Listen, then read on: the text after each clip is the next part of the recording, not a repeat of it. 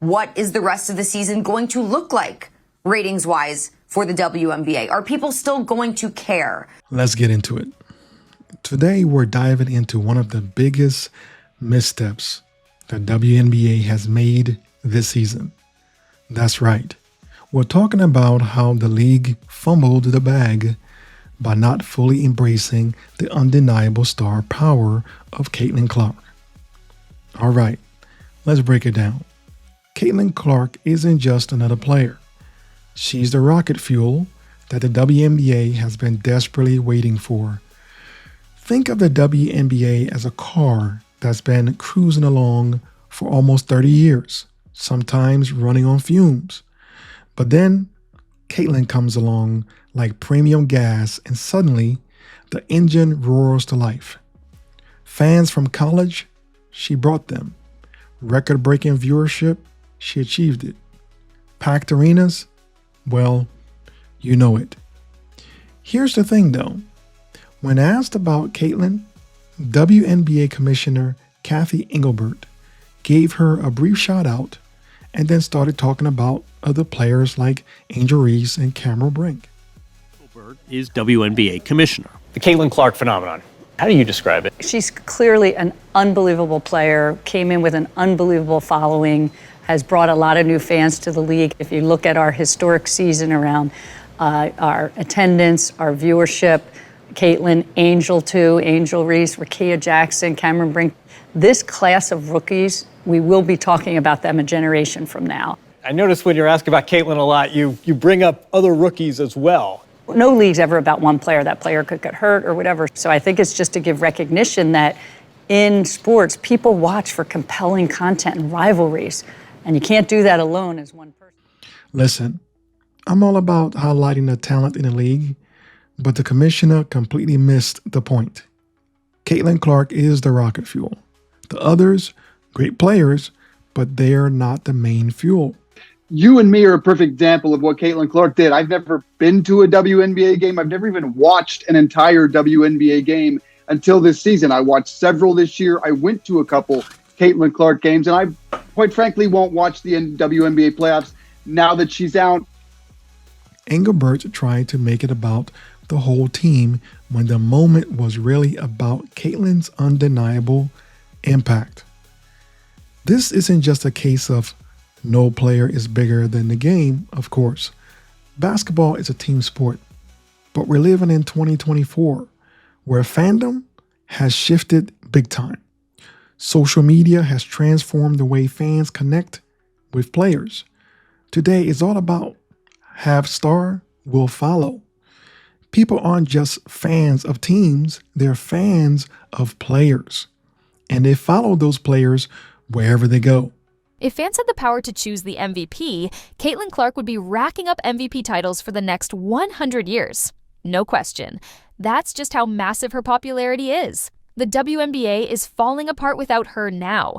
Almost 2 million fans tuned in just to watch her playoff debut with the Indiana Fever, while other games barely scraped 400,000 viewers. Just look at what happened when LeBron left Cleveland or when Messi joined Inter Miami. The fan base moves with the player. And Caitlin, she's got that kind of following.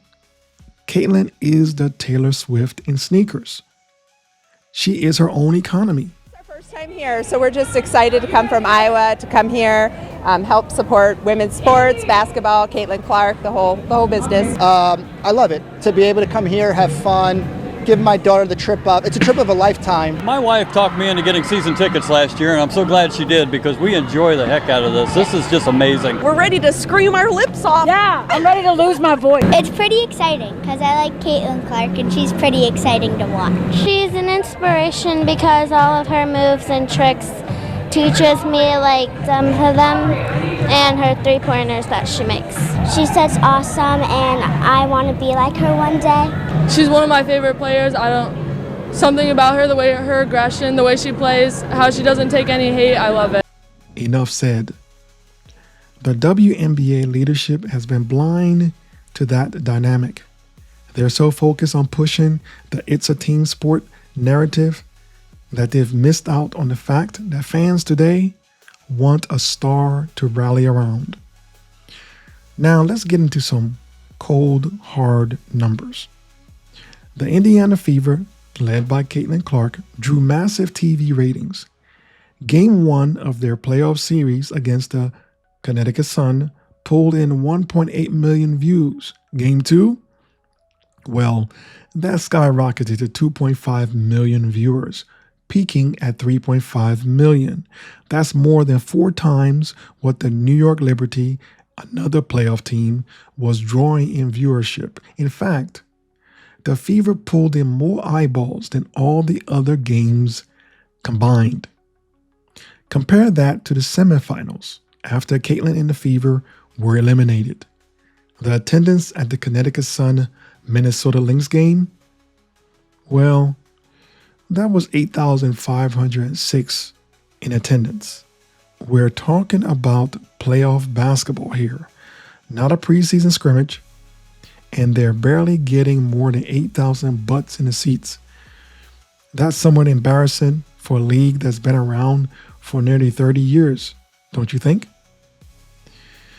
It's not just about the fans in the stands. Did you notice that the WNBA has yet to release the viewership numbers for the semifinals games this weekend? Remember how fast the numbers were released for the games with Caitlin and the Fever? Well, ESPN just shifted some playoff games to ESPN2, which only gets around 200 to 500,000 viewers. Why? I'm glad you asked. Because ESPN knows that without Caitlin Clark, viewership tanks, plummets, nosedives. Plain and simple. Both of Caitlin's playoff games were aired on ESPN primary channel. But now the WNBA has been pushed to ESPN2. Coincidence? I don't think so.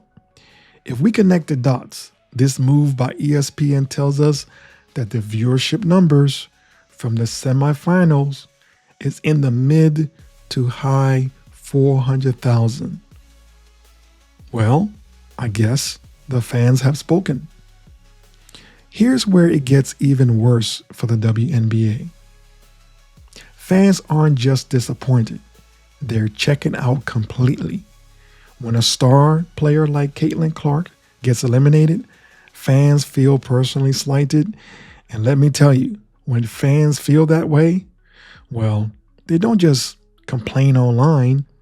They cancel subscriptions, block all things WNBA on social media, and turn off their TVs.